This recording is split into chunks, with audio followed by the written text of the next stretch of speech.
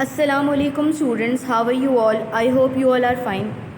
Students, आज का जो हमारा टॉपिक है वो है आयरन। आयरन जो है वो ट्रांजिशन एलिमेंट्स में से ही है, जिसका सैम्पल आपके पास क्या है, Fe। हम अगर आयरन को देखें तो आयरन जो है वो तीन इंपॉर्टेंट ओर्स की शक्ल में ज़मीन के अंदर मौजूद होता है।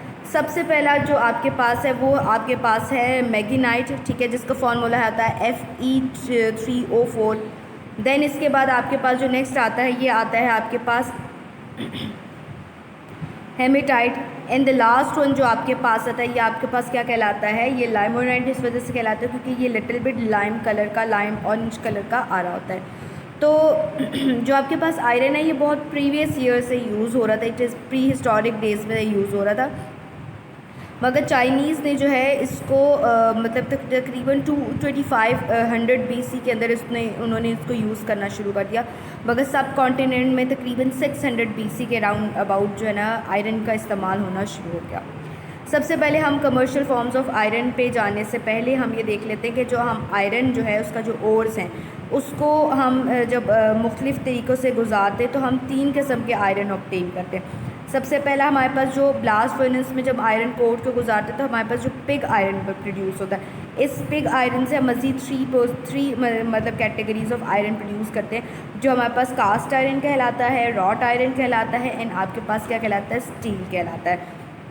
हम वन बाय वन इन तमाम को डिस्कस कर लेते हैं। सबसे पहले अगर हम आयरन की हिस्ट्री देख ले तो प्योर आयरन एक मेटल है और ये ऑक्सीडाइज हो जाता है in the presence of oxygen, यानी कि ऑक्सीजन की मौजूदगी में आयरन रिएक्शन कर लेता है ऑक्सीजन से, तो आयरन ऑक्साइड बना की एक लेयर बनाकर जो है वो चीज़ों को कॉर्डिट कर देता है।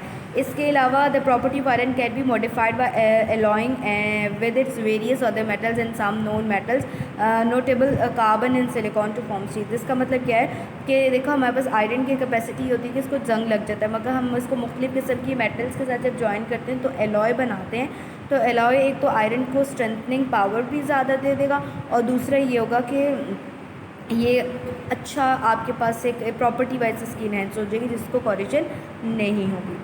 सबसे पहले हम ये देख लेते हैं कि रॉट आयरन क्या होता है। रॉट आयरन आयरन का एक अलॉय है, इसमें जो कार्बन कंटेंट है वो तकरीबन आपके पास कितने % जाने वाली है, ये आपके पास जाएगी तकरीबन ये है 2.5 से कितने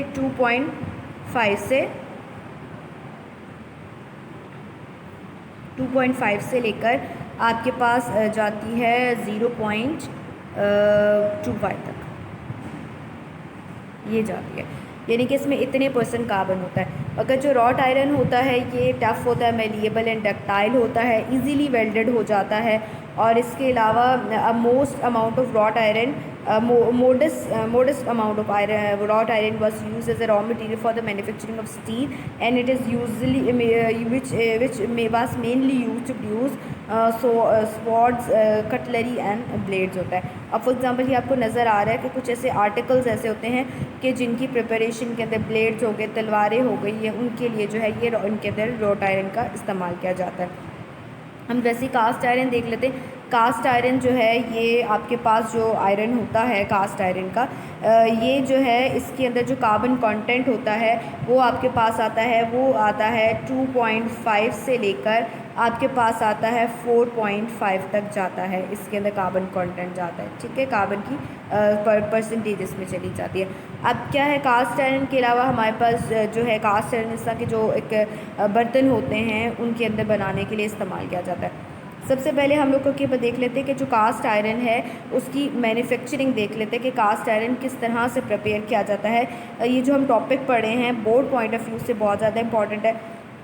अच्छा, इससे पहले जो मैं आपको बता रही थी जो हम मैन्युफैक्चरिंग को cast iron from wrought iron from cast iron करने वाले हैं, तो सबसे पहले ये बात आपके ज़हन में ज़रूरी होनी चाहिए कि कास्ट आयरन में कार्बन की क्वांटिटी 2.4 से 4.5 है और जो रॉट आयरन है उसमें 2.5 से 0.25, यानी कि आपने जो ऐसा आयरन जिसमें कार्बन कंटेंट ज़्यादा है उसमें से कार्बन को बाहर निकाल के कार्बन कंटेंट आप कम करेंगे तो 2.5 से 0.5 तक आएगा। वैसे कितनी है कार्बन कंटेंट, 2.5 से 4.5% मौजूद होती है।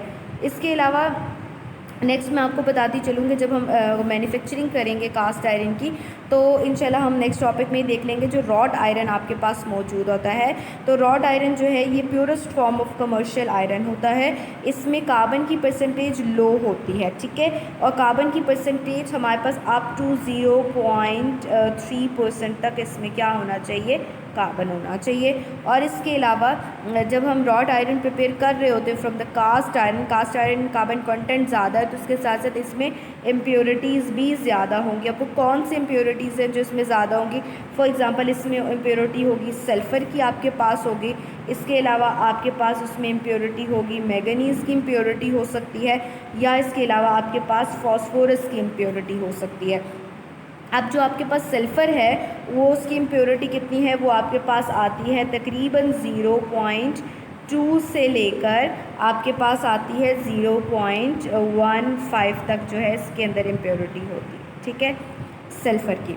अगर हम मैंगनीज़ की बात करें तो तकरीबन 0.25% जो है आपके पास इम्प्योरिटी किसकी आती है, मैंगनीज़ की आती है, अप टू 0.25 तक। और फॉस्फोरस जो है हमारे पास, इसकी परसेंटेज जो आपके पास आती है वो तकरीबन आती है 0.04 से लेकर आपके पास आती है 0.2% तक जाती है।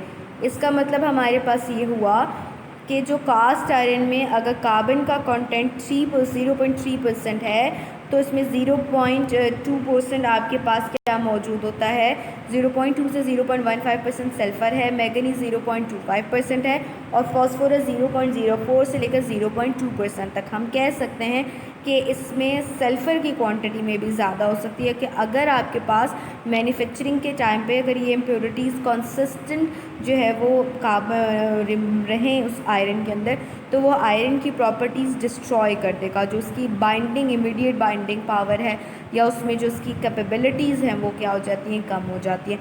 तो इसी वजह से हम ये कह सकते हैं कि जब आपने कास्ट आयरन को से from the rod iron manufacturing करनी है, या रिवर्बरेटरी फर्नेस में जो डायग्राम नज़र आ रहा है, या इसको हम पुडलिंग फर्नेस कहते हैं, इसमें जब हम करेंगे, तो अगर आपके पास जो है ये इम्प्योरिटी सल्फ़र, मैंगनीज या फॉस्फोरस हुई, तो आपके पास एट द एंड में जो आपके पास जो कार्बन ऑब्टेन होगा, which is will be not in a fine quality उसकी बेहतर नहीं होगी। अब जो क्वालिटी बेहतर नहीं होगी तो वो यूटेंसिल्स बनाने में, ये मुख्तलिफ़ किस्म की चीज़ें बनाने में अगर वो यूज़ होगा, तो उसमें स्ट्रेंथनिंग पावर कम हो जाएगी, या उसमें कंडक्शन पावर कम हो जाएगी। तो इसीलिए हम ये कह सकते हैं कि अगर आपने कास्ट आयरन से रॉड आयरन को प्रिपेयर करना है, तो आपको क्या ज़रूरत है कि आपने इन तमाम इम्प्योरिटीज़ को सेपरेट करना है।